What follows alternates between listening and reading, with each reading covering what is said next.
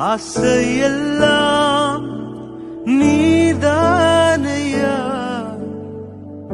தேவையெல்லாம் நீதானையா. ரட்சகரே இயேசுநாதா, தேவையெல்லாம் நீதானே, நீதானையா. ரட்சகரே இயேசுநாதா, தேவையெல்லாம் நீதானே. போகிறதற்கு முன்னதாக ஒரு சின்ன இன்ட்ரோடக்ஷன், ஒரு அறிமுகமான ஒரு காரியம். ஒரு தகப்பனார் தன்னுடைய பிள்ளையை தனிமைப்படுத்தி அவனை பழக்க வேண்டும் என்பதற்காக அவனுக்கு ஒரு ரயில் டிக்கெட் எடுத்து கொடுத்து ஒரு கம்பார்ட்மெண்ட்டில் ஏற்றி, தம்பி நீ ஊருக்கு போயிட்டு வா அப்படின்னு சொல்லி ஒரு பிரயாணத்திற்காக என்ன பண்ணாருங்க, ரயில் டிக்கெட் எடுத்து கொடுத்து ஒரு கம்பார்ட்மெண்ட்டில் அனுப்புனார். அவன் கையில் ஒரு செல்ஃபோனையும் கையில் கொடுத்துட்டார். கொடுத்துட்டு அவர் சொன்னாராம், பயப்படாத தம்பி, உனக்கு பயமாக இருந்தால் எனக்கு ஃபோன் பண்ணு, அது வரல நீ என்ன பண்ணு, நல்லா உக்காந்து போ அப்படின்னானா. இவர் பேசாமல் உக்காந்து போயிட்டு இருக்கிறான், ஒன்றும் யாருமே இல்லை, ரொம்ப சந்தோஷமாக போய்கிட்டு இருந்தான். ஒரு ஸ்டேஷன் வந்தது, ஒரு 2-3 நபர்கள் வந்து ஏறினாங்க. கொஞ்சம் என்னடா ஆளுங்கள்லாம் முரட்டுத்தனமாக இருக்காங்க, கொஞ்சம் பயம் வந்துருச்சு. அடுத்த ஸ்டேஷனில் வரும்போது இன்னும் கொஞ்சம் ஆட்கள் ஏறினாங்க, கொஞ்சம் நெருக்கம் வர ஆரம்பிச்சிச்சு. இந்த பையனுக்கு கொஞ்சம் பயம் வந்துருச்சு, சின்ன பையங்கிறதுனால இவ்வளோ பெரிய ஆட்கள் இருக்கிறாங்களே, நம்ம போகிறதுக்கு ரொம்ப பயமாக இருக்கு, ரொம்ப நடுங்கி என்ன பண்ண போகிறோன்னு தெரியல. அப்படிங்கும் பொழுது தகப்பனாருக்கு ஃபோன் அடித்தான், அப்பா எனக்கு ரொம்ப பயமாக இருக்குப்பா அப்படின்ட்டு. அவனுக்கு என்ன பயம், அப்பா ஏற்றி விட்டு ஒரு பாட்டுக்கு போயிட்டாரு, நமக்கு என்ன பண்ணுறது, புரியுதுங்களா? ஒரு பயம் இருக்குது அவருக்கு, ஏற்றி விட்டு போயிட்டாரே, நான் எனக்கு இந்த மாதிரி தனிமையாக வரனே அப்படின்னு சொல்லி ஃபோன் அடிக்கும் பொழுது அந்த ஃபோனில் அவங்க அப்பா சொன்னாராம், பயப்படா தம்பி, அடுத்த கேரேஜில் தான் நான் இருக்கிறேன். ஆமேன். புரியுதுங்களா? தம் பிள்ளை ஏற்றி விட்டது மாத்திரம் இல்லைங்க, தன்னுடைய பிள்ளைகள் மேல் கவனமாகவும் அவர் இருந்திருக்கிறார். நான் பின்னாடி தான் பார்க்கிறேன், பயப்படாதுன்னு. அதுக்கப்புறம் என்ன பண்ணிட்டான் அந்த பையன், இதில் சந்தோஷப்படக்கூடாது, இனிமே வர்றதுல தான் சந்தோஷப்படணும். ஆமேன். கர்த்தருடைய நாமம் மகிமைப்படுவதாக. இப்போ நம்ம வாசிக்கலாம் ஆதியாகம புஸ்தகம் 16வது அதிகாரம் 13வது வசனத்தை நாம் வாசிக்க கேட்கலாம். ஆதியாகம புஸ்தகம் 16வது அதிகாரம் 13வது வசனம்.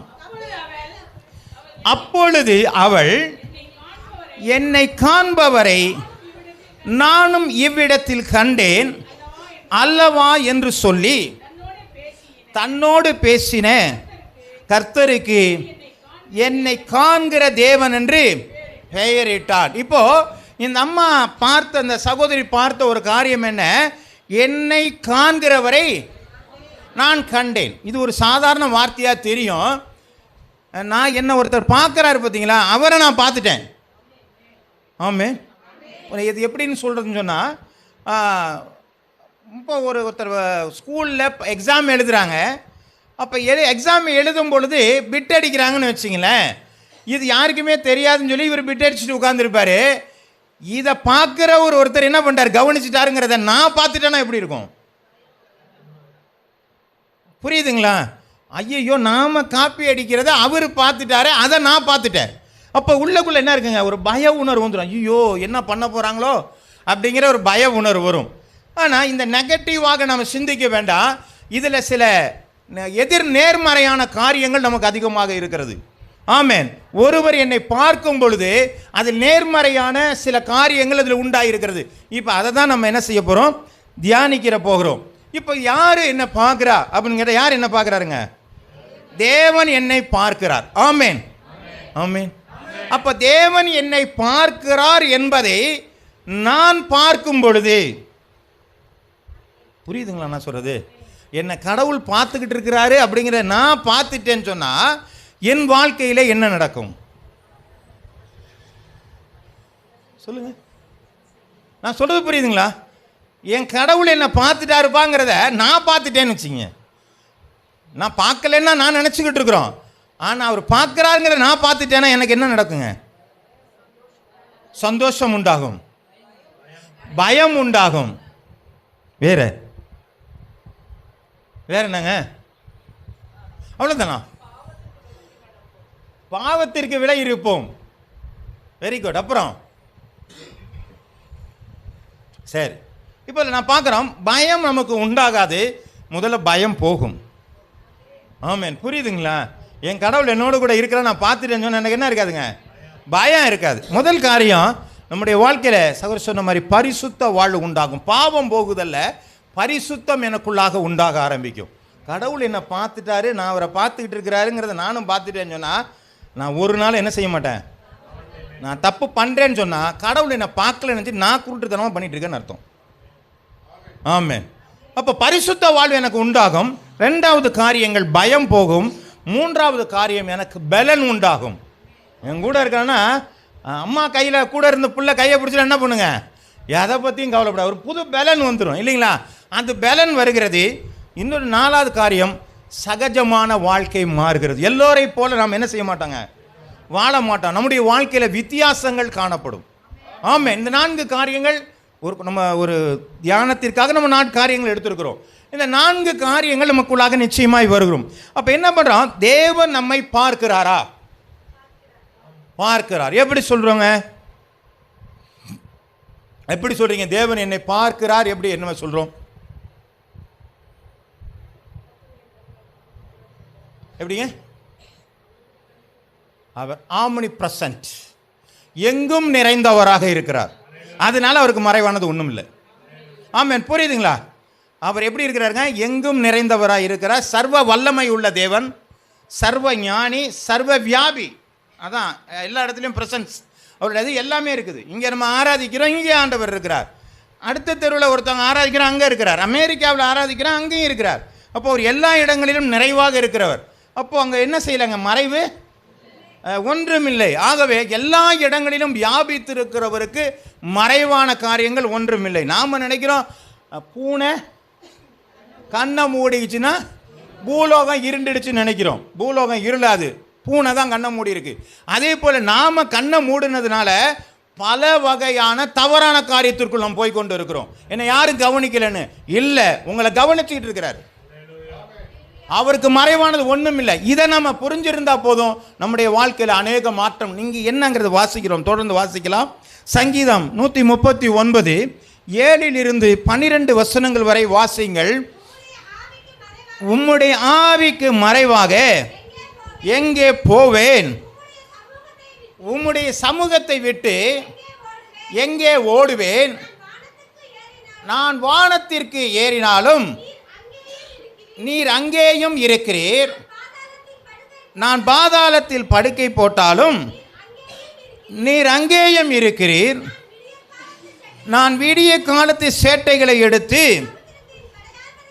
சமுத்திரத்தின் கடையாந்தரங்களிலே போய் தங்கினாலும் அங்கேயும் உமது கை என்னை நடத்தும், வலதுகரம் என்னை பிடிக்கும், இருள் என்னை மூடிக்கொள்ளும் என்றாலும் இரவும் என்னை சுற்றி வெளிச்சமாயிருக்கும், உமக்கு மறைவாக இருளும் அந்தகாரப்படாது, இரவும் பகலை போல வெளிச்சமாயிருக்கும், உமக்கு இருளும் வெளிச்சமும் சரி.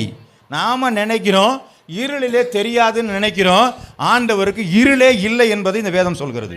அல்லேலூயா. ஆண்டவரே, நான் சமுத்திரத்தின் கடையாந்திரங்களை அங்கேயும் நான் இருப்பேன். ஆண்டவரே, வானத்தின் சேட்டையில் எடுத்து அங்கேயும் நான் இருப்பேன். அவருக்கு நான் மறைவாக எங்கே இருக்கிறேன்? ஏதாவது ஒரு இடம் சொல்லுங்க. ஆமே, பாகிஸ்தானில் மறைவாக கொண்டு போய் அணுகுண்டை கொண்டு போய் கருப்பு மலையில் கருப்பு பாறையில் கொண்டு போய் ஒளிச்சு வச்சுருந்தாலும் கண்டுபிடிச்சி அதுக்குள்ளே என்ன பண்ணிட்டாங்க, குண்டை போட்டுட்டு வந்துட்டாங்க. ஆமே, அப்படி தானுங்களாங்க. அப்போ இதையே கண்டுபிடிக்கிற ஒரு மனுஷனுக்கு தேவனாலே நம்முடைய உள்ளத்தில் இருக்க கண்டுபிடிக்க முடியுமா, முடியாதா? ஆனால் நாம் என்ன நினைக்கிறோம், அதெல்லாம் கவனிக்கவே இல்லைன்னு நினைக்கிறோம். இது யாருடைய தவறான காரியம்? நம்முடைய தவறான காரியம். வாசிக்கலாம். நீதிமொழிகள் 15வது அதிகாரம் 3வது வசனம். கர்த்தருடைய கண்கள் எவ்விடத்திலும் இருந்து நல்லோரையும் தீயோரையும் நோக்கி பார்க்கிறது. யாரெல்லாம் பார்க்குதுங்க? எல்லாரையும் பார்த்துக்கிட்டு தான் இருக்குது. யாரு கண்கள் யாரை பார்த்துக்கிட்டு இருக்குதாங்க? கர்த்தருடைய கண்கள் எல்லாரையும் பார்த்துக்கிட்டு இருக்கு. புரியுதுங்களா? அப்போ நம்ம என்ன முடிவுக்கு வரணும்? என்ன பார்க்குறாரு. இருளில் இருந்தாலும் அங்கே அது அவருக்கு வெளிச்சமாக தான் இருக்கும். ஆண்டவரே, நான் வீட்டுக்குள்ளே இருக்கிறேன், எங்கே இருந்தாலும் ஸ்கேன் பண்ணிடுவார். ஆமென், ஆமென். வாசிக்கலாம். சங்கீதம் 109 1-4. ஆ ஆ ஆ ஆ ஆ ஆ ஆ ம் ஆ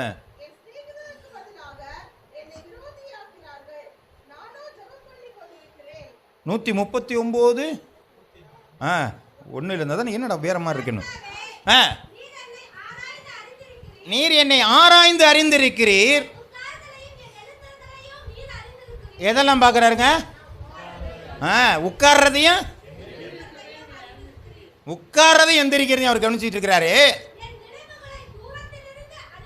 என்னுடைய நினைவுகளை தூரத்தில் இருந்தே நீங்க அறிகிறீர். நான் நடந்தாலும் நான் படுத்திருந்தாலும் என்னை சூழ்ந்திருக்கிறீர்.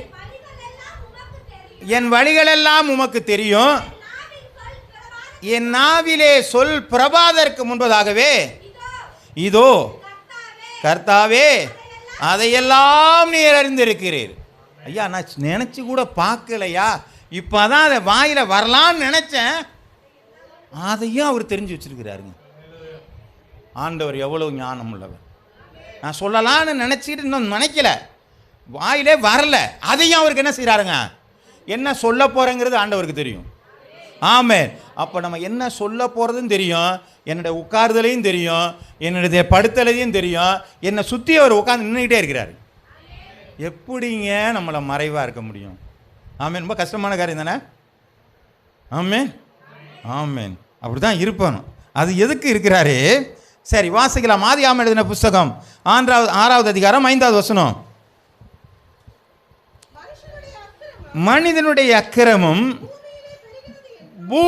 பூமியிலே பெருகினது என்றும் அவன் இருதயத்தின் நினைவுகள் தோற்றமெல்லாம் அவன் நினைவுகள் யோசனை எல்லாம் தப்பா இருக்குங்கிறது ஆண்டவர் தெரிஞ்சு போச்சு. ஆமென். அப்ப நினைக்கிறதையும் யோசிக்கிறதையும் கூட ஆண்டவர் என்ன செய்யறாருங்க, சொல்றதுக்கு முன்னாடி தெரியுது, நினைக்கிறதுக்கு முன்னாடி தெரியுது, யோசிக்கிறது முன்னாடி தெரியுது, உட்கார்ற தெரியுது, எந்திரிக்கிறது தெரியுது, நடக்கிறது தெரியுது, போறது தெரியுது. எதையுமே அவர்கிட்ட என்ன செய்ய முடியல. ஐயா, நான் தூரத்தில் போயினாலும் அங்கே வந்து நின்றுட்டு இருக்கிறீங்க ஐயா. ஆமென். வாசிங்க. சங்கீதம் 139:16. என் கருவை உம்முடைய கண்கள் கண்டது, என் அவயவங்கள் ஒன்றாகிலும் இல்லாத போது அவைகள் அனைத்தும் அவைகள் உருவேற்றப்படும் நாட்களுக்கு உமது புஸ்தகத்தில் எழுதியிருக்கு. இது ரொம்ப கஷ்டம் இல்லை? நான் உண்டாகவே இல்லை, மனுஷனா கூட உண்டாகலை. நான் கருவாக இருக்கும்போது என்ன பண்ணிச்சுங்க, இப்போ இவ்வளவு கவனமாக ஒருத்தரை பார்த்துக்கிட்டு வர போய் நாமெல்லாம் ஒன்றும் தெரியாதோன்னு நம்ம நினச்சிக்கிட்டு நாம் பண்ணுறதே பண்ணிகிட்டு இருக்கிறோம். ஆமே. இந்த வசனத்தையும் வாசிக்கிறோம், விரோதமாகவும் செஞ்சுக்கிட்டு இருக்கிறோம். ஆமே. கர்த்தருடைய நாமம் மகிமைப்படுவதாக. அப்போ நம்முடைய வாழ்க்கையில் இதை கவனமாக நான் இருக்கிறாரு, நான் எங்கே போனாலும் என்னோட கூட இருக்கிறாரு, நான் எதை செஞ்சாலும் அவருக்கு தெரியுது, நான் யோசித்தாலும் தெரியுது, நினைச்சாலும் தெரியுது, நாவிலே சொல் புறவாதற்கு முன்பதாகவே அதை அறிஞ்சிருக்கிறாரு. இப்படிப்பட்டவருக்கு மறைவாக நான் என்ன செய்ய முடியும்? ஒன்றுமே நீங்கள் செய்ய முடியாது. அதற்கேற்ற பலனை தான் ஆண்டவர் கொடுத்து கொண்டிருப்பார். ஆமென். அல்லேலூயா. நாம் நினைக்கிறது யாருக்குமே தெரியாது, அதனால என்ன பண்ணுறோம், பார்க்கும் பொழுதெல்லாம் பார்த்தோம்னா கூட ஒன்றும் நடக்காத காரியம். கர்த்தருடைய நாமம் மகிமைப்படுவதா. அப்போ முதல்ல நமக்கு என்ன உண்டாகுதா, பரிசுத்த வாழ்வு உண்டாகிறது. என்னை பார்த்து கொண்டு இருக்கிறார் அப்படிங்கும் பொழுது நான் தவறு செய்ய மாட்டேன். ஆமாம், எந்த தவறு எனக்குள்ளே வராது. ஏன்? என்னை கவனிச்சுக்கிட்டே இருக்கிறாரு, என்னை பார்த்துக்கிட்டே இருக்கிறாரு, இல்லைங்களா? அப்போ என்ன சொல்கிறாங்க வேதத்தில், தீர்க்கதரிசி சொல்கிறான், எப்பா உன் மனைவியோட நீ என்ன பேசுறியோ அதை ஆண்டவருக்கு தெரியும்பா, அதை தன்னுடைய ஊழியக்காரனுக்கு என்ன பண்ணிடுவார், அதை வெளிப்படுத்திடுவாருப்பா அப்படின்னா. ஏன் நான் ரூம்குள்ளே பேசுனா கூட வெளிப்படுத்திடுவார். ஆமாம், அதான் ஆண்டவர். ஆமென், ஆமென். இன்னைக்கு உலகத்தில் மனிதன் எங்கெங்கெல்லாம் இருக்கிறாங்கிறதெல்லாம் என்ன செய்கிறாங்க, கண்டுபிடிச்சி வச்சுருக்குறாங்க. இந்த மனுஷன் எங்கே இருக்கிறாங்கிறதெல்லாம் கண்டுபிடிச்சி வச்சுருக்கும் பொழுது அதெல்லாம் கொடுத்த ஞானம் கொடுத்த அந்த தேவன் எல்லாவற்றையும் அறிந்திருப்பாரா மாட்டாராங்க? ஆமென். அவருக்கு மறைவாக நீங்கள் பாவம் செய்வது எப்படி? ஆமென். முடியவே முடியாதுங்க. அப்படி மீறி செஞ்சீங்கன்னு சொன்னீங்கன்னா அது நம்ம மேலே எப்படி இருக்குங்க, யோசிச்சு கொள்ள வேண்டும். சரி, முதலாவது வாசிப்போம். 2 சாமுவேலுக்கு எழுதின புஸ்தகம் 12வது அதிகாரம் 1 வாசிக்கலாம். 9வது வசனத்தை வாசிங்க. கர்த்தருடைய பார்வைக்கு பொல்லாப்பான இந்த காரியத்தை செய்து அவருடைய வார்த்தையை நீ அசட்டை பண்ணினது என்ன? ஏத்தியனாகிய உரியாவை நீ பட்டயத்தால் மடிவித்து அவன் மனைவியை உனக்கு மனைவியாக எடுத்துக்கொண்டு அவரை அம்மோன் புத்திரன் பட்டயத்தாலே கொன்று போட்டாயே. இப்போ ஒரு வெளிப்பாடு வந்துருச்சு. தாவீது யாருக்குமே தெரியாதுன்னு சொல்லிட்டு என்ன பண்ணிட்டாருங்க, ஆமாம், பாவம் செஞ்சு பச்சையப்பாலை விரும்புறதுனால உரியாவனுடைய என்ன பண்ணிட்டான், கொன்று போட்டுட்டான். இப்போ யார் வந்து சொல்கிறாருங்க, நார்த்தான்வேல் தீர்க்கதரிசி வந்த, டேய் உன்னை பற்றி தெரியாதா, ஆட்டுக்குட்டிங்கிற கதையெல்லாம் சொல்லி என்ன செஞ்சாரு, நீ தாண்டா அந்த மனுஷன் அப்படிங்கிறாரு. வாசிக்கும் 10ஆம் வசனத்தை வாசிங்க. நீ எப்பொழுது நீ என்னை அசட்டை பண்ணி எடுத்துக்கொண்டபடியினாலே பட்டயம் என்றென்றைக்கு உன்னை விட்டு விலகாதிருப்பதாக. 13.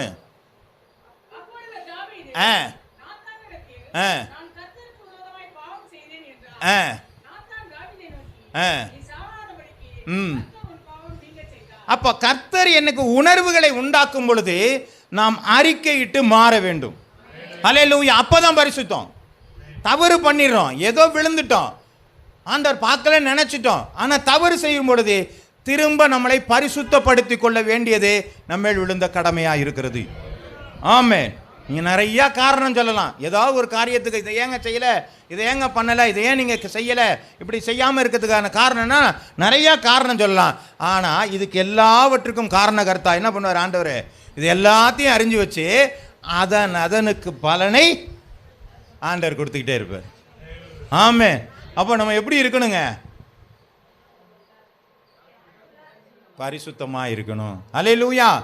என்னை பார்த்துக்கிட்டு இருக்கிறாருப்பா, அதனால நான் பரிசுத்தமாக, எங்கள் அப்பா இருக்கிறாரு, எங்கள் அப்பா பார்த்துக்கிட்டு இருக்கிறாரு, நான் எப்படி தப்பு செய்கிறது.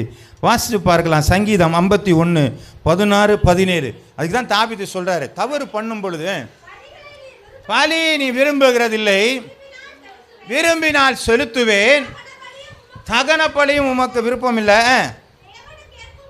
தேவனுக்கேற்ற பலிகள் நொறுங்குண்ட ஆவிதான். நான் பாவம் செஞ்சோன்னு என் உள்ள எப்படி இருக்கணுங்க, ஐயோ தேவனுக்கு விரோதமாக தப்பு பண்ணிட்டோமே, இந்த நொறுங்கின அனுபவம் வரவே மாட்டேங்குது நமக்கு. நம்ம ஏதோ ஒரு தப்பு தூசி விழுந்த மாதிரி ஒரு தட்டி, அவ்வளோதானங்க, சரி ஆண்டவரே என்னை மன்னியும். இது ஆண்டவர் நேசிக்கிறதுல, இதனால் மன்னிப்பும் வரப்போகிறது கிடையாது. ஏதோ காலம்பரை எழுந்திரிச்சு, ஆண்டவரே நான் ஏதோ நேற்று செஞ்ச பாவம், இன்றைக்கி செஞ்ச பாவம் எல்லாத்தையும் என்ன பண்ணுங்க, அறிந்தும் அறியாதும் தெரிந்தும் தெரியாமலும், இந்த பஜனையெல்லாம் இங்கே ஆகாது. புரியுதுங்களா? நான் அறிஞ்சு செஞ்சேன், அறியாமல் செஞ்சேன் இப்படின்னு அப்படியே ஒரு சென்டென்ஸாக ஃபார்ம் பண்ணி ஆண்டவர் எல்லாத்தையும் மன்னிச்சிருங்க, உன் ரத்தம் என்ன கழுவட்டும், இதுக்கெல்லாம் பயங்கர ஒரு ஆண்டவர் இல்லை. ஆண்டவர் ஒரே வார்த்தை, நொறுங்குண்டதும் நறுங்குண்டதுமான இருதயத்தை மாத்திரம் ஒரு புறக்கணிக்க மாட்டார். ஆமென். நான் தவறு செய்தேன், ஆண்டவரை என்னை மன்னியும் என்கிற அந்த அனுபவம் எந்த மனிதனுக்குள்ளாக வருகிறதோ அந்த மனிதனே பாவ மன்னிப்பினுடைய நிச்சயத்தை பெற்றுக்கொள்கிறான். ஆமென். அதை தான் சொல்கிறாங்க. ஏன் என் தெய்வம் என்னை பார்த்துக்கிட்டே இருக்குப்பா, தப்பு பண்ணிட்டேன் ஆண்டவரை, என்னை மன்னிங்க, நான் தவறு பண்ணிட்டேன், நான் விழுந்து போனேன். தாவீது அதை தான் சொல்கிறாரு, நீ நொறுங்குண்ட இதயத்தை புறக்கணிக்க மாட்டீங்க ஆண்டவரே, உன்னுடைய ஆவி என் இடத்துல இருந்து எடுத்துடாதீங்க ஆண்டவரே, உன்னுடைய சமூகத்தை விட்டு என்னை தள்ளாமல் இருந்துருங்க. பய உணர்வு வந்துருச்சு, ஆண்டவர் பார்த்துட்டாரே, நான் தவறு பண்ணதை ஆண்டவர் பார்த்துட்டாரே, அவர் பார்த்ததை இப்போ நான் தெரிஞ்சுக்கிட்டேனே, அந்த பய உணர்வோடு என்ன செய்கிறாங்க, ஆண்டவருடைய கதற ஆரம்பிக்கிறான். நம்மகிட்ட இந்த கதற அனுபவம்லாம் கிடையவே கிடையாதுங்க. அந்த அனுபவம் என்னைக்கு நமக்கு வருதோ அதுதான் நம்முடைய பாவ மன்னிப்பினுடைய உண்மையான காரியங்கள். நாம் சொல்லிட்டு அவர் மாற்றிட்டாருன்னு சொல்லிட்டு நம்ம பாட்டுக்கு போகிறது அல்ல. சரி, சோத்திரம் உண்டாவதாக. யோசுவா எழுதின புஸ்தகம் 7வது அதிகாரம் 11வது வசனம். யோசுவா 7:11.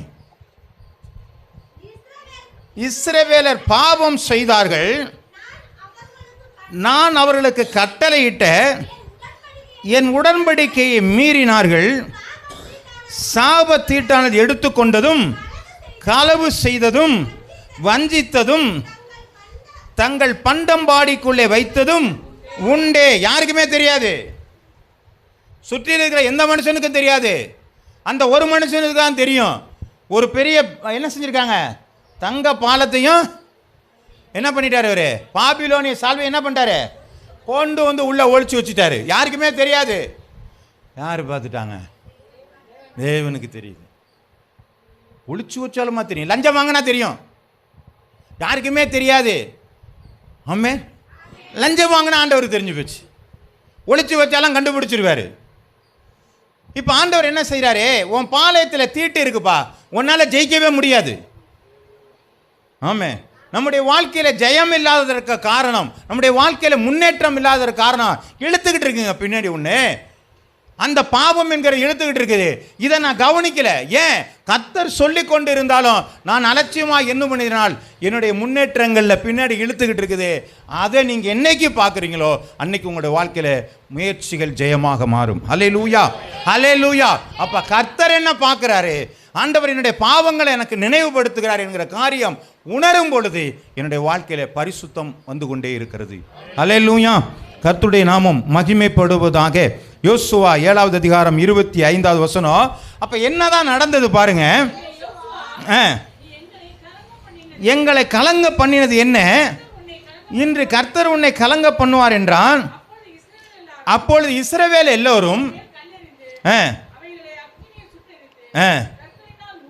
கற்களினாலே மூடி, அப்படியே அவன் குடும்பத்தோட டென்ட் கொட்டா எல்லாத்தையும் பிடிங்க என்ன பண்ணிட்டாங்க, பாளையத்துக்கு வெளியில கொண்டு போய் கல்லை போட்டு மூடி போட்டாங்க. ஆமே, அப்பதான் ஜெயம் கிடைச்சிச்சு. எப்போ அந்த பாவம் உங்களை விட்டு வெளியில போகுதோ, பாளையத்தின் வீட்டுக்கு வெளியில போகுதோ, அப்பொழுது நமக்கு ஜெயம் உண்டாயிருக்கிறது. ஹல்லேலூயா, ஹல்லேலூயா. கர்த்தர் என்னை காண்கிறார் என்கும் பொழுது எனக்குள்ளே பாவங்கள் வர ஆரம்பிக்கும்.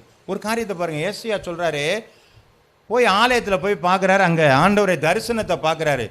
அவருடைய வஸ்திரத்தின் செயலை என்ன பண்ணுதுங்க, தொங்குறத பார்க்குறாரு. கேருபீன்களும் சேராபீன்களும் அங்கே என்ன பண்ணாங்க, துதிக்கிறத பார்க்குறாரு. உள்ளத்தில் பாவம், ஆண்டவரே நான் அதமானேன், அசுத்த உதடுல மனுஷன், அசுத்த உதடு மனுஷர் மத்தியில் வாசமாக இருக்கிறேன், கர்த்தரை என் கண்கள் கண்டதே. அவரை நான் பார்க்குறத நான் பார்த்துட்டேன், ஏன்னு பாவ உணர்வு அடையுது. ஆமே, ஆமே. சபைக்குள்ளே வரீங்களா, கண்ணை மூடி ஜெபம் பண்ணுங்க. உங்களுடைய தேவ தரிசனம் வரும் பொழுது நமக்குள்ளே இருக்கிற பாவங்கள் வெளிப்படும். அறிக்கையிட்டு விட்டு விடும் பொழுது நமக்கு ஆசீர்வாதம் உண்டாகும். ஆமே.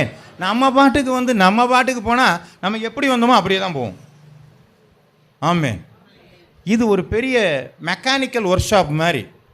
இதுக்குள்ளே வரும்போது டிங்கரிங் இருக்குது, பெயிண்டிங் இருக்குது, நட்டு கழட்டணும், போல்ட்டு கழட்டப்படணும், எல்லாத்தையும் கலட்டி சீர் பண்ணி வெளியில் போகும்போது என்ன பண்ணணுங்க, ஆமாம், ஒழுங்காக ஓடணும்.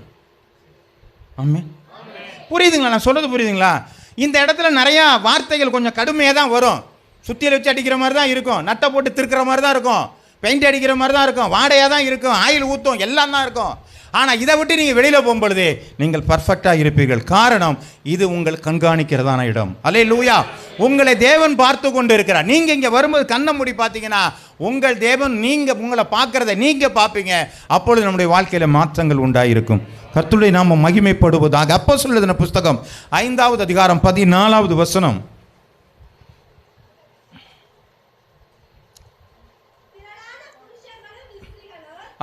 அப்போஸ்தலர் 5ஆம் அதிகாரம் 3-4.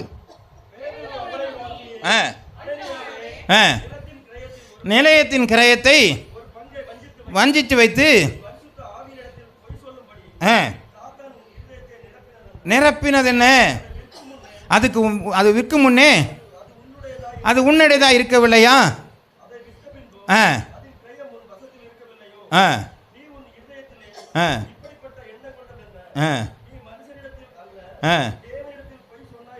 ஆமாம். இங்கே அனனியா சப்ரியல் என்ன பண்ணாங்க? ஏன் போய் சொன்னாங்க? ஆண்டவர்கிட்ட யாரும் கேட்கல, நீ எனக்கு கொடுக்குறியா கொடுக்கலையாலாம் என்ன செய்யலைங்க, கேட்கவே இல்லை. அவங்களாவே ஒரு முடிவு பண்ணிட்டாங்க, ஆண்டவர் எல்லாத்தையும் நிறுத்து, நாங்கள் என்ன பண்ணிட்டோம், அது அடுத்தவங்கள பார்த்தாச்சு. அவங்க விற்று கொடுத்தானே இவங்களும் விற்று கொடுக்குறேன்னு சொல்லிட்டு கையில் வந்ததுக்கப்புறம் என்ன பண்ணிட்டாங்க, யோசிக்க ஆரம்பிச்சிட்டாங்க. இது எல்லாத்தையும் கொடுத்துட்டா அப்புறம் நம்ம எப்படி வாழ்க்கை ஓட்டுறது, கொஞ்சத்தை எடுத்து வச்சுக்கோமே. அப்போ அங்கே தவறு பண்ணி போய் அங்கே அப்போஸ்தலர் சமூகத்தில் நிற்கும்போது என்ன சொல்கிறாங்க, இவளுக்கு தான் வித்தியா? ஆமாம், இவளுக்கு தான் வித்தியா. அப்போ இந்த வார்த்தை சொல்லும் பொழுது நீ ஆவியானருக்கு விரோதமாய் பொய் சொன்னா என்று சொல்லும் பொழுது அங்கே விழுந்தவன் மரித்து போகிறத பார்க்குறோம். ஆமே. நிறையா காரியங்கள் இப்படி தாங்க நம்ம பண்ணுறோம். நம்ம ஆண்டவருக்கு சில வேளையில் பொருத்தனை போடுவோம் இல்லைங்களா? ஆண்டவரே இந்த காரியம் எனக்கு வந்துச்சுன்னா 5000 ரூபா நான் தர்றேன் ஆண்டவரே. ஓகே, 5000 ரூபா தரேன். ஆண்டவர் கிராண்டர் நமக்கு ஒரு நன்மையை செஞ்சுருக்கிறாரு. இந்த 5000 கையில் வந்ததுக்கப்புறம் எடுத்து பார்த்துட்டு 5000 போடுவோமா, மாதம் 1000 ரூபா போட்டுருவோமே. அந்த 5000 செலவு பண்ணிட்டா கஷ்டமாக போயிடும். 1000 கொடுப்போம். சரி, இந்த மாதம் 1000 ஆண்டவரே, அடுத்த மாதம் 1000, அடுத்த மாதம் 1000. சரி, ஒரு இன்ஸ்டால்மெண்ட்டு. அப்போ இந்த மாதம் 1000 ரூபா கொடுத்தாச்சு. அடுத்த மாதம் வரும்பொழுது இந்த மாதம் கொஞ்சம் செலவு அதிகமாக போச்சு, சரி அடுத்த மாதம் கொடுத்துக்கலாம். மாதம் கொடுக்குறோம், இன்னொரு மாதம் தள்ளி போனாலும். இப்படி நம்ம என்ன பண்ணிடுறாங்க, நம்முடைய வாழ்க்கையில் சில காரியங்களை தவறான ஒரு காரியங்களை செஞ்சுட்டு இருக்கிறோம். யாருக்குமே தெரியாதுன்னு சொல்லி இல்லைங்க. நீங்கள் கேட்டால் நீங்களாக என்ன சொல்கிறீங்களோ அதை தவிர வேறு எதையுமே ஆண்டவர் என்ன செய்ய மாட்டாருங்க, உங்களை கேட்கவே மாட்டேன். என்னுடைய நன்றியான காரியங்களை நான் செய்யணும். எனக்குள்ள காரியங்கள் எனக்கு ஆண்டவர் செஞ்சுருக்கார், சந்தோஷமாக கேட்கணும். அதனால தான் சொல்கிறாங்க, எப்படி கொடுக்க சொல்லுமா,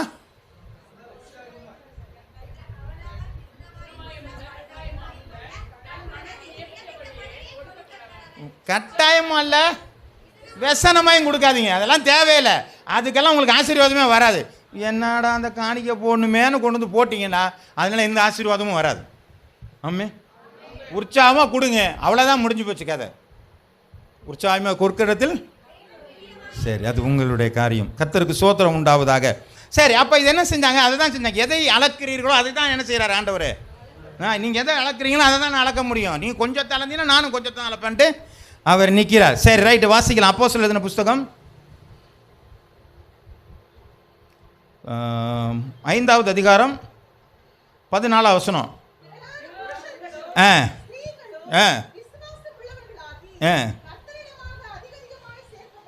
ஏன் சேர்த்துக்கிட்டாங்க, ஏங்க சேர்த்துக்கிட்டாங்க? எல்லாரும் அதிகமாக வந்தாங்க. விசுவாசம் ஏன் வந்துச்சு? எங்க என்ன கையில் நடந்துச்சு?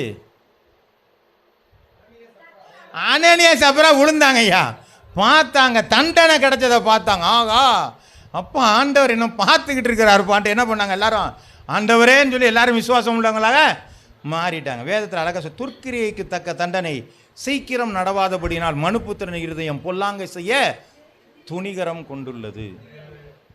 நமக்கு உடனே பதில் வந்துருச்சுன்னா, அனனியாஸ் அப்புறம் மாதிரி வந்துச்சுன்னா நிறைய ஆட்கள்லாம் வந்து சேர்ந்துருவாங்க. நமக்கு ஒன்றும் தண்டனை வரலை அப்படிங்கிறதுக்காக நம்ம என்ன பண்ணுறாங்க, அதெல்லாம் நம்ம ரொம்ப கரெக்டாக இருக்கிறோம் போல இருக்கு நாம் நினச்சிக்கிட்டு இருக்கோம். சரி, ஸ்தோத்திரம் உண்டாவதாக. சரி, வாசிக்கலாம். ஏசாயா எழுதின புஸ்தகம் 6வது அதிகாரம் 2 நம்ம ஏற்கனவே பார்த்துட்டோம். அப்போ பார்த்தீங்கன்னா 5 வசனத்தை மட்டும் வாசிங்க. அப்பொழுது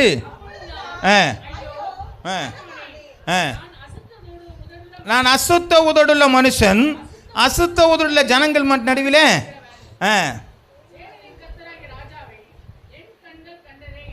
என் கண்கள் அவரை பார்த்தது. அவர் என்னை பார்த்துக்கிட்டு இருக்கிறார் நான் தெரிஞ்சதுனால நான் அசுத்த உதடுள்ள மனுஷன் என்று அவன் அறிந்து கொண்டிருக்கிறான்.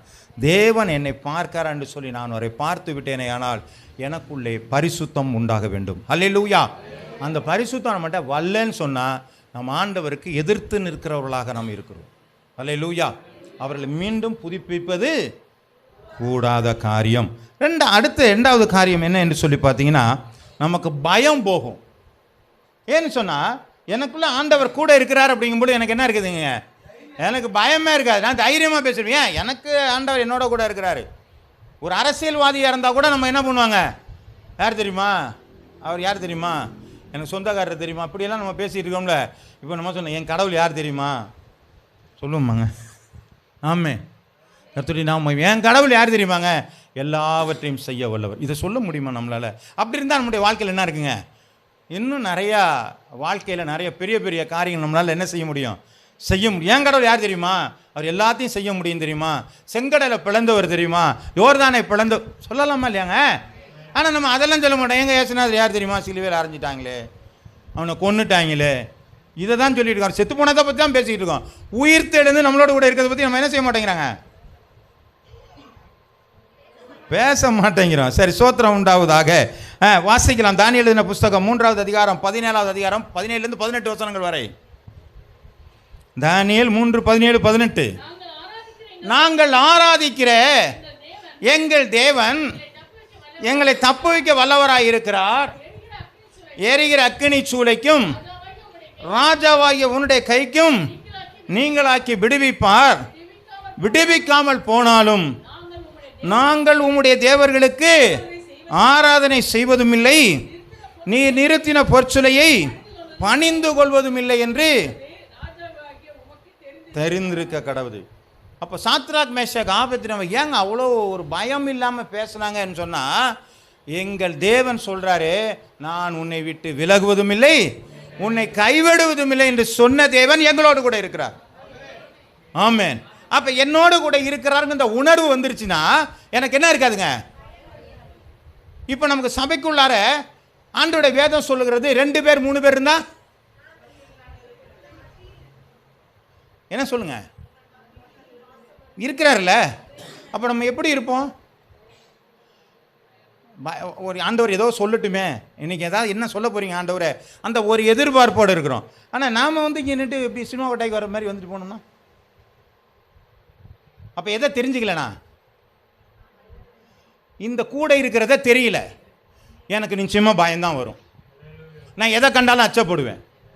என்ன நடக்குமோன்னு தெரியாது, நாளைக்கு என்ன நடக்குமோன்னு தெரியாது, 2 நாள் கழிச்சு என்ன நடக்குமோன்னு தெரியாது. இப்படி பயம் எனக்கு வரும். காரணம், தேவன் என்னோடு கூட இருக்கிறார் என்பதை அறிந்து கொள்ளலை. ஆனால் எதிர்த்து ஒரு ராஜா நிற்கிறான், அடுத்த நிமிஷத்தில் அவனுக்கு எல்லாரையும் கொலை செய்ய போகிறார்கள். ஆனால் துணிந்து நிற்கிறான். நாங்கள் ஆராதிக்கிற எங்கள் தேவன் எங்களை எரிகிற அக்கினி சூளைக்கும் ராஜாவாகிய உன்னுடைய கைக்கும் தப்புவிக்க வல்லவரா என்று அவர்கள் சொல்லுவார்களே சொன்னால், அவர்களுக்கு தெரிந்திருக்கிறது என் தேவன் என்னை விட்டு விலகாதவர் என்பதை அவர்கள் அறிந்திருக்கிறார்கள். ஹல்லேலூயா. எனக்கு பலன் வேணும்னு சொன்னா என் ஆண்டவர் என்னோடு கூட இருக்கிறார் என்பதை நீங்கள் விசுவாசித்தால் மட்டுமே பலன் வரும். ஆமென், ஆமென். எதை பற்றியும் கவலைப்பட மாட்டேன், எது வந்தாலும் பரவாயில்லப்பா, ஏன் என் கடவுள் இருக்கிறார். யோபுடைய வாழ்க்கையில் பாருங்கள், சுற்றி வேலி அடைச்சிருக்கார். பிசாசே வந்து கேட்குது, போகலாமா வேணாமா? ஏன்பா போப்பா, வேலி அடைச்சி வச்சிருக்கிறீங்களே. ஆமென். அப்போ நம்மளை சுற்றி ஒரு வேலி அடைத்திருக்கிறது என்பது பிசாசுக்கு தெரிகிறது. ஆனால் நம்மை சுற்றி இருக்கிற தேவனுடைய பிரசன்னத்தை நாம் உணராதபடிக்கு நாம் இருக்கிறோம் சொன்னால் பிசாசை காட்டிலும் கேவலமாக இருக்கும்னு அர்த்தம். அப்படிதானுங்களாங்க? பிசாசுக்கு தெரியுதுல்ல நம்மளை சுற்றி ஆண்டவர் வேலி அடைச்சிருக்கிறான்னு, ஆனால் நமக்கு என்ன தெரியல, ஆண்டவர் என்னை சுற்றி இருக்கிறாருன்னு தெரியல. அப்போ நம்ம யாரை காட்டிலும் மோசமான ஆள்? பிசாசை காட்டிலும் மோசமான ஆள். அதனால தான் சொல்கிறோம், ஆண்டவரை உணர்ந்து கொள்ளுங்கள், அவர் என்னோடு கூட இருக்கிறார், நான் கலங்க மாட்டேன். உனக்கு என்ன செய்யுங்க, கலங்காதே திகையாதே. பாருங்க, சவாலான வார்த்தையெல்லாம் நிறைய சொல்கிறாரு, மனப்பாடமாகவும் நமக்கு தெரியுது. ஆனால் என்ன பண்ணுறாங்க, கூட இருக்கிறதா தெரிய மாட்டேங்குது, கூட இருக்கிறத நம்ப மாட்டேங்கிறோம். ஆமென். சரி, வாசிக்கலாம். அப்போஸ்தலர் எழுதின புஸ்தகம் 4வது அதிகாரம் 13வது வசனம்.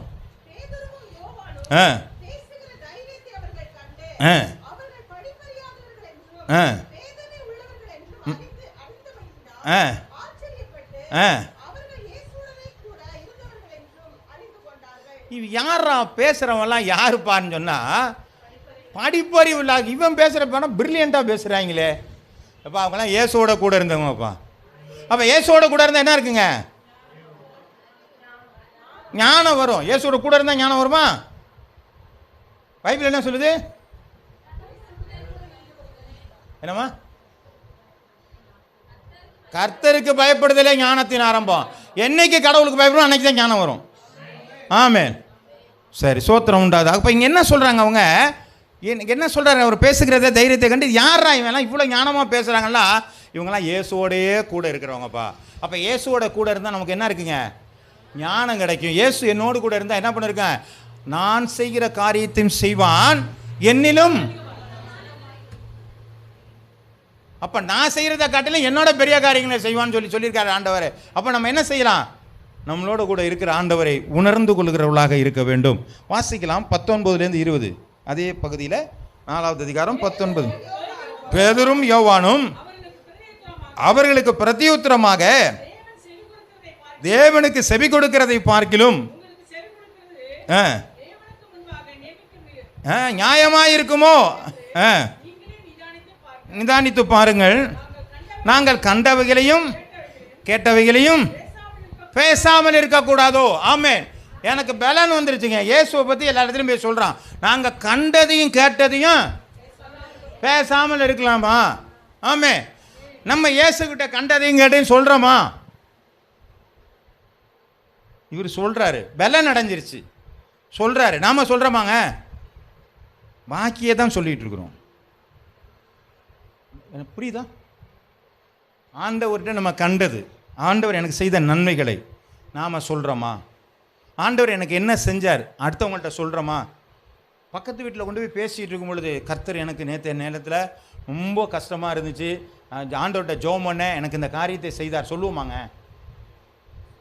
சொல்லுவோமாங்க? சொல்லணும். சொல்லுவோமா? நமக்கு பலன் இல்லை. என்ன பண்ணுவாங்க? வேற நல்லா இருக்கீங்களா, சுகமாக இருக்கீங்களான்னு பேசிட்டு நம்ம பாட்டுக்கு என்ன செஞ்சிடும்? தேவையில்லாத பேசுகிறோம். எது தேவையோ அதை பேசுகிறோம். எனக்கு பலன் இல்லை, அதனால் உலகத்தை பற்றி பேசிகிட்டு இருக்கோம். எனக்கு பலன் இருந்தால் நான் இயேசுவை பற்றி பேசுவேன், இயேசுவை பற்றி மகிமைப்படுத்துவேன்.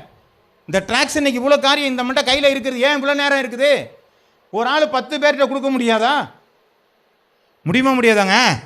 முடியும். ஏன் செய்யலை? பலன் இல்லை. ஏன் பலன் இல்லை? கர்த்தர் என்னோடு கூட இல்லை, நம்பலை. என்னோடு கூட இருந்தால் நான் என்ன வேணாலும் செஞ்சிருவேன். ஆமென். செய்ய முடியாத காரணம், எனக்கு பலன் இல்லாத காரணம், கர்த்தர் என்னோடு கூட இருக்கிறார், ஆண்டவர் நான் என்னை பார்த்து கொண்டு இருக்கிறார் என்கிற காரியத்தை நான் அறியாதபடினாலே தேவனுக்கென்று செய்கிறதை நான் பயப்படுகிறேன். ஆமென். என்னை பலப்படுத்துகிற கிறிஸ்து இயேசுவினாலே. அதெல்லாம் பைபிளில் வசனம் அழகாக தான் எழுதியிருக்கு. நம்ம அபியாசப்படுத்துறத நம்ம என்ன பண்ணுறாங்க? முடிய மாட்டேங்குது. எதை வேணாலும் என்னால் செய்ய முடியும். என்ன செய்ய போகிறோம்? கொஞ்சம் அப்படியே ஆடி போயிடுறோம். உடனே ஒரு பிரச்சனை வந்தால் என்ன பண்ணிடுறோம்? உட்காந்து ஜெபம் பண்ண மாட்டேங்கிறோம். ஆண்டவர் என்ன காரியம் செய்ய, என்ன பண்ணணும்னு சொல்லுங்க ஆண்டவர்னு சொல்லி நம்ம உட்காந்து கேட்டால் ஆண்டவர் நமக்கு என்ன செய்வாருங்க? பதில் கொடுக்குறவர். ஏன் பக்கத்திலே இருக்கிறவருங்க, என்னை பலப்படுத்துகிற அவர் தானேங்க, என்னை பார்த்துக்கிட்டு இருக்கிற அவர் தானேங்க. ஏன் அவர்கிட்ட நம்ம கேட்க மாட்டேங்கிறோம்? அவர் வார்த்தையை நான் கேட்டேன், நான் பலன் அடைஞ்சிருவேன். நம்ம வேற யாரையா நிறைய சிந்திச்சுட்டு இருக்கிறோம், உலக பிரகாரமாக நிறையா பேசிக்கிட்டு இருக்கிறோம். புரியுதுங்களா? உலகத்தினுடைய என்ன சொல்கிறாங்க, ஏற்ற தாழ்வுகள் மற்ற எதையோ பேசிக்கிட்டு இருக்கிறோம், ஆண்டவர் மட்டும் பேச மாட்டேங்கிறோம். சரி, கர்த்தருக்கு மகிமைப்படுவதாக. இன்னொரு வசனத்தை கூட நம்ம வாசிக்கலாம். 1 சாமுவேலுக்கு எழுதின புஸ்தகம் 17வது அதிகாரம் 45, 46.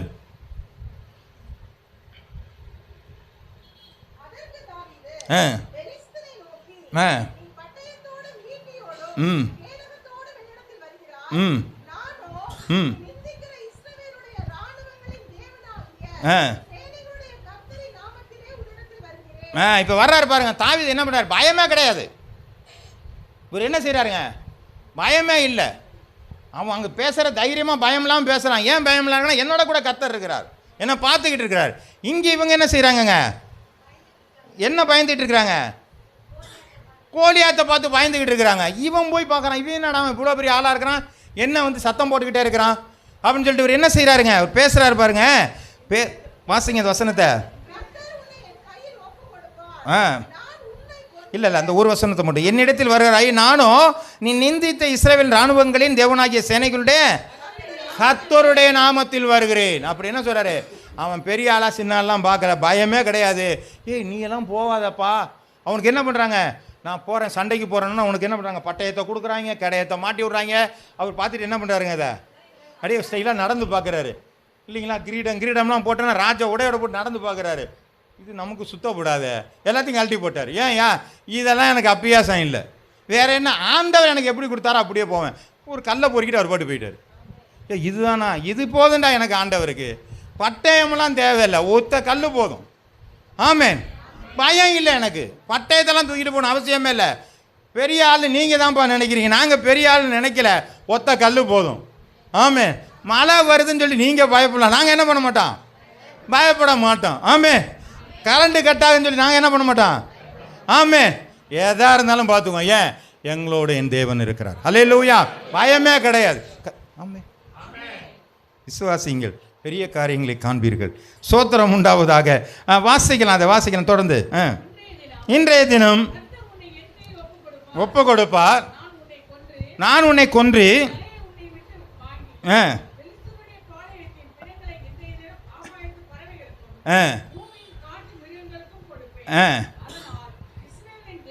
இஸ்ரவேலில் தேவன் ஒருவர் உண்டென்று பூலோகத்தார் எல்லாம் அறிஞ்சுக்குவீங்க. அதாங்க அவனுக்கு பயம் இல்லாத போன காரியம். இன்னைக்கு எல்லாரும் பார்க்க போகிறாங்க, உன்னை கொன்று போட போகிறேன், எல்லாரும் சேனைகளுடைய தேவன் ஒருத்தர் இருக்கிறார், இஸ்ரவேலின் தேவன் ஒருத்தர் இருக்கிறான்னு எல்லாரும் பார்க்க போகிறாங்க என்று சொல்லி தைரியமாய் அவன் ஒரு வார்த்தையை சொல்கிறான் என்று சொன்னால் அவனுக்கு பயம் இல்லை. காரணம் தேவன் அவனோடு கூட இருக்கிறார். ஹல்லேலூயா. அப்போ நம்மளோட தேவன் கூட இருந்தால் நமக்கு என்ன இருக்காதுங்க? பயமே இருக்காது. முதல்ல பரிசுத்தம் வரும், ரெண்டாவது பயம் நீங்கிவிடும். மூன்றாவது காரியம் யோசுவா எழுதின புஸ்தகம் 15:6.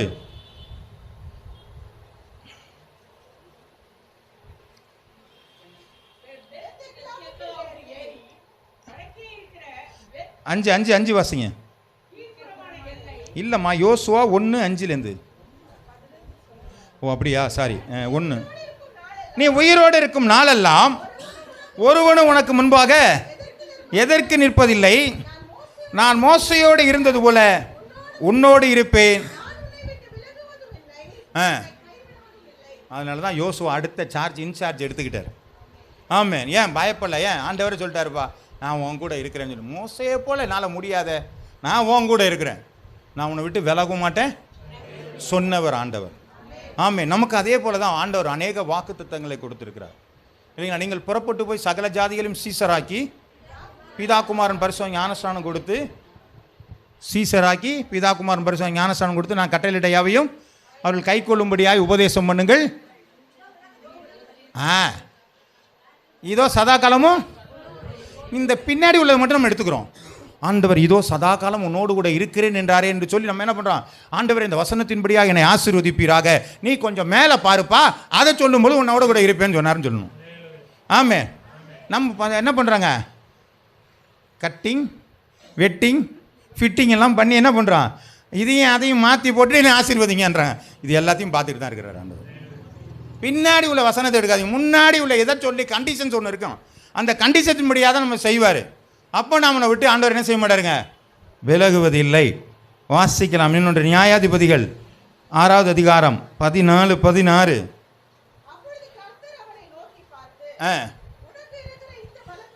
உனக்கு இருக்கிற இந்த பலத்தோடு கூட போ, ரட்சிப்பாய்.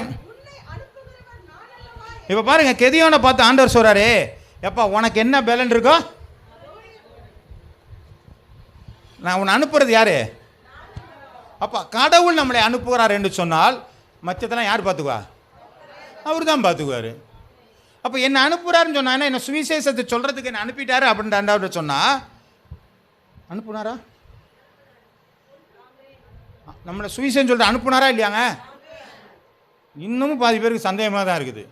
என்னை அனுப்பினாரு. யாரெல்லாம் இயேசுவை ஏற்றுக்கொண்டு அவரை சீசராக இருக்கிறோமோ, மூலிகை ஞானஸ்நானம் பெற்று உடன்படிக்கை பண்ணோமோ, அவரெல்லாம் பார்த்து தான் சொல்ல நீங்கள் புறப்பட்டு போயின்னு சொல்லியிருக்காரு. அதனால எனக்கு மேலே விழுந்தது தான். ஆமே. அப்போ நான் அதுக்கு உரித்தான ஆட்கள் தான். இப்போ அதை தான் சொல்கிறாரு இந்த வசனத்தை. திரும்பி வாசிங்க. நான் உன் கூட இருப்பேனா? எப்போ? நான் உன்னை சொல்லி அனுப்பிச்சிருக்கேன் இல்லைப்பா, நான் தானே இருக்கிற பலத்தோடு கூட போ. ஆண்டவர் எனக்கு ஞானம் தெரியாது ஆண்டவரே, நான் எனக்கு ஜெபிக்க தெரியாது ஆண்டவர், நீ போயா, நீ பேசும்பொழுது உன் வாயில் நான் என்ன செய்வேன்? வார்த்தையை நான் தருவேங்கிறாரு.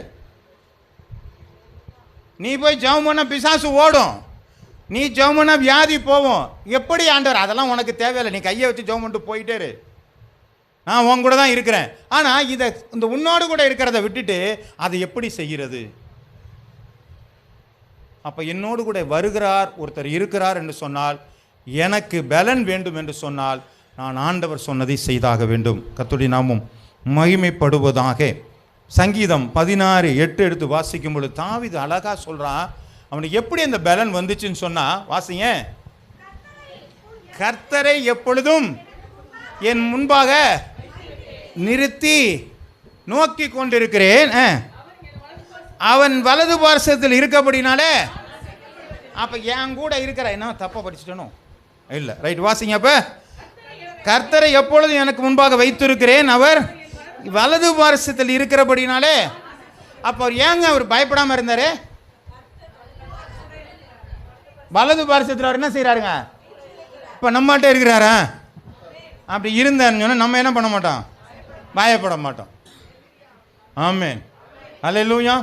இந்த இருட்டில் சின்ன பிள்ளைங்களாம் ஓடும். நீங்கள் எத்தனை பேர் ஓடுனீங்களே தெரியாது. நான் இருட்டில் ஓடும்போது என்ன பண்ணும் தெரியுங்களா? அப்போல்லாம் வெளிச்சம்லாம் கிடையாது, டியூப்லைட் அங்கே எங்கேயாவது இருக்கும், இல்லைன்னா சில ஊரில் கரண்ட்டே இருக்காது. எப்படிங்க இருட்டில் போவீங்க? கண்ணை மூடிட்டு ஓடனா கீழே குப்புற விழுவணும். எப்படி போவீங்க? நான்லாம் கத்திக்கிட்டு தான் ஓடுவேன். ஓன்னு ஓடிடும். அப்படின்னு என்ன அர்த்தங்க? அந்த சத்தம் போட்டால் எனக்கு என்ன இருக்குங்க, ஒரு தைரியம் வந்த மாதிரி. அது நான் சொல்கிறது புரியுதுலாங்க. ஒரு சத்தம் போட்டுலாம் பாட்டு ஓடினா எனக்கு என்ன தெரியாதுங்க, நமக்கு தெரியாது, உளுந்து அடித்து ஓடிடலாம். புரியுதுல? பயம் இருக்காது. அது மாதிரி இப்போ எனக்கு ஒரு பயம் இல்லைன்னு சொன்னால் நான் எதை தூக்கிட்டு ஓடணும்? வலது பாரசத்தில் ஆண்டவரை தூக்கிடுவோன்னா எனக்கு பயம் இருக்காதுங்க. ஆமென். கர்த்தருடைய நாமம் மகிமைப்படுவதாக. எனக்கு அப்போ தெரியல, இப்போ தெரியுது. அன்னைக்கு நான் அதை தூக்கிட்டு ஓடி தான் பயந்துருக்க மாட்டேன். ஆமென். கர்த்தருடைய நாமம் மகிமைப்படுவதாக. உங்கள் வலது பாரசத்தில் ஆண்டவர் இருக்கிறார் என்பதை நீங்கள் உணரும் பொழுது உங்களுக்கு பயம் இல்லாமல் போகிறோம். அல்லேலூயா. கர்த்தருடைய நாமம் மகிமைப்படுவதாக. புது பலனை நீங்கள் அடைகிறவர்களாக இருப்பீர்கள். கர்த்தருடைய நாமம் மகிமைப்படுவதாக. இன்னும் பார்த்தீங்கன்னா அவர்கள் ஜெபிக்கும் பொழுது அந்த இடம் அசைந்தது என்று சொல்லி பார்க்குறோம். அந்த இடமே அசைஞ்சிருச்சுங்க.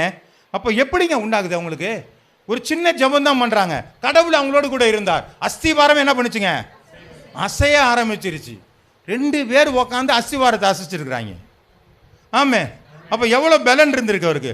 ஒத்தாலு கொச்சியை தூக்கிட்டு போய் செங்கடலை விளக்குறாரு. கொட்டையை தூக்கிட்டு போய் யோர்தானை என்ன பண்ணுறாங்க? கலந்து வச்சுட்டு வந்துடுறாங்க. எப்படி அவங்களால வருது பலன்? ஏயா சுமக்கிறது ஆண்டவரை. அந்த சுமக்கிறது ஆண்டவரை சுமக்கும் பொழுது நமக்கு பலனை ஆண்டவர் தருகிறவராய் இருக்கிறார். நீங்கள் அசாத்தியமான காரியங்களை உங்களால் செய்ய முடியும் என்று சொன்னால் உங்கள் வலது பாரசத்திலே நீங்கள் ஆண்டவரை வைத்திருங்கள். அல்லேலூயா. கர்த்தருடைய நாமம் மகிமைப்படுவதாக. சரி, அடுத்து ஒரு வசனம், சகஜமான வாழ்க்கை மாறுகிறது. ஆதியாம் புஸ்தகம் 39:9 வசனம். என்னிலும் பெரியவன் இல்லை, நீ அவனுடைய மனைவியாய் இருக்கிறபடினாலே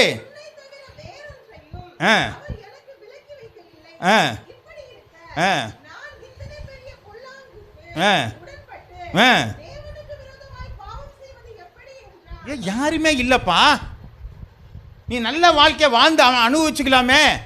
நான் தேவனுக்குப்பா என்னுடைய பார்த்துக்கிட்டு தான் இருக்கிறாருப்பா. அவருக்கு பொல்லாங்கு செய்வது எப்படி? ஒரு சராசரி மனிதனை போல அவன் இல்லை. புரியுதா? ஒரு சராசரி மனிதன் தப்பு பண்ணுவான், ஆனால் இவன் சராசரி மனிதனா இல்லை. இவனுடைய வாழ்க்கை மாறுபட்டு இருக்கிறது. தேவன் என்னை பார்த்து கொண்டு இருக்கிறாங்க அனுபவம் இருக்குது. அதனால தேவனுக்கு பொல்லாங்கான இவ்வளோ பெரிய காரியத்தை நான் எப்படி செய்வேன் என்று சொல்லி அவன் ஓடுறான்னு சொன்னால் அவனுடைய வாழ்க்கை இயல்புக்கு மாறான ஒரு வாழ்க்கை அவனுக்குள்ளே வாழ்ந்து கொண்டு இருக்கிறான். அல்லேலூயா. எல்லாரை போல வாழல, எல்லாரும் போல சகஜமாக வாழ்கிற வாழ்வை அவன் வாழலை. 1 கொரிந்தியர் 10:23 எடுத்து வாசிக்கலாம். எல்லாவற்றையும் எனக்கு அனுபவிக்க அதிகாரம் உண்டு, ஆனாலும்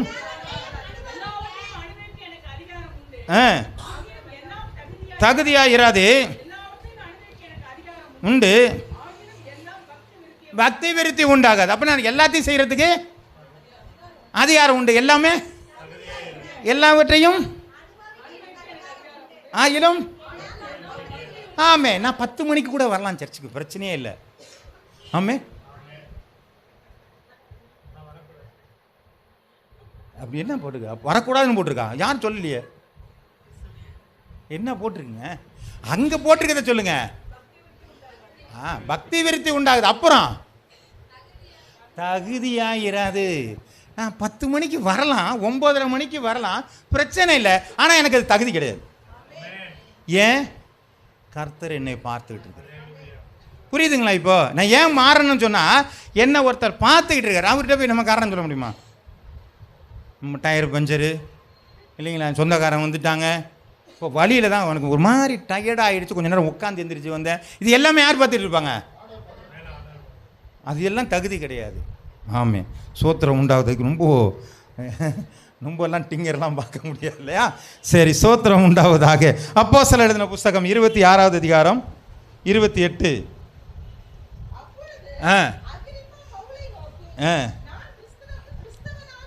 நான் கிறிஸ்தவன் ஆகிறதுக்கு பாருங்க, பவுல் பேசிட்டு இருக்கும்பொழுது அவன் என்ன சொல்றான்? அகரிப்பா ராஜா, என்ன கிறிஸ்தவனா மாத்திரிவா போல இருக்க. அப்போ மற்றவன்லாம் பேசும்போது அவங்க வேற மாதிரி பேசிட்டு இருக்காங்க. இவன் பேசும்போது என்ன பண்ணிட்டான்? அப்பா என்ன மாத்திருவான் போல இருக்கப்பா. அப்படின்னா என்ன அர்த்தங்க? ஆமாம், இவன் பேசினாலே எப்போதும் கிறிஸ்தவத்தை பற்றி தான் பேசியிருப்பான் போல இருக்கு. ஆமேன் ஆமேன். அப்போ நம்ம என்னத்தை பற்றி பேசிகிட்டு இருக்கோம்? உலக வரலாறு, அரசியல், பாகிஸ்தான், அப்படி எல்லாத்தையும் நம்ம பேசிகிட்டு இருக்கிறோம். ஐயா இதையும் கொஞ்சம் பேசுங்க. ஆமேன். இதையும் கொஞ்சம் பேசி பாருங்க. இதெல்லாம் பேசினா தான் நமக்கு என்ன இருக்குங்க, மற்றவங்க கொஞ்சம் மாறுவாங்க. 22ஆம் தேதி எங்களுக்கு ஒரு நல்ல ஐக்கியம் இருக்குப்பா, கொஞ்சம் வாங்க அப்படின்னு ஒரு நோட்டீஸை கொடுங்க. ஆமேன். இதெல்லாம் நம்ம சொல்லலாம் இல்லைங்களா?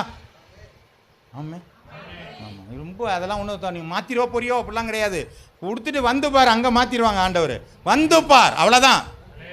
ஆமேன். கர்த்தருடைய நாமம் மகிமைப்படுவதாக. வாசிக்கலாம் அப்போஸ்தலர் 16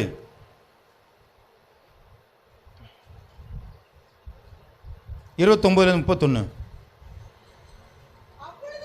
ஆ ஆ ம் ஆ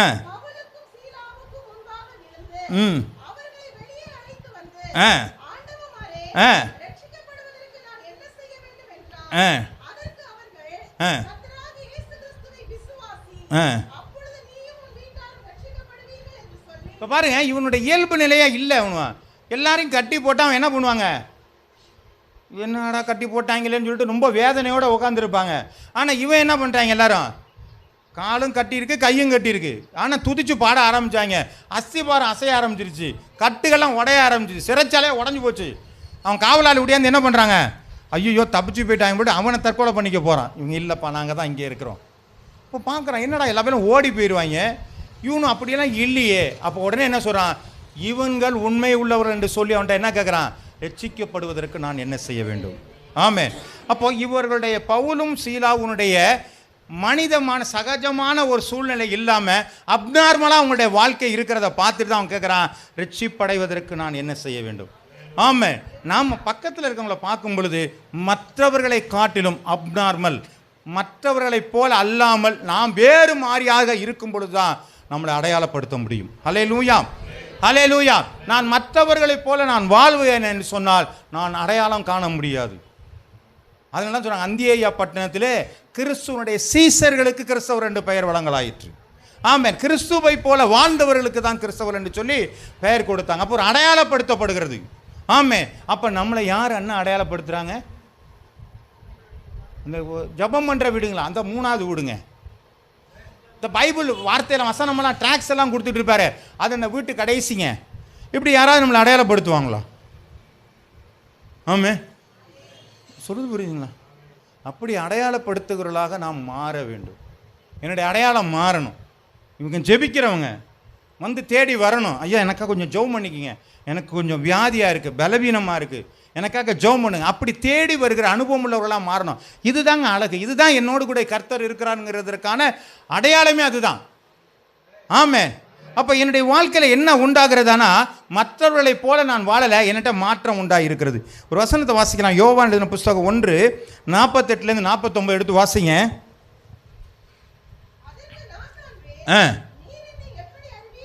ம்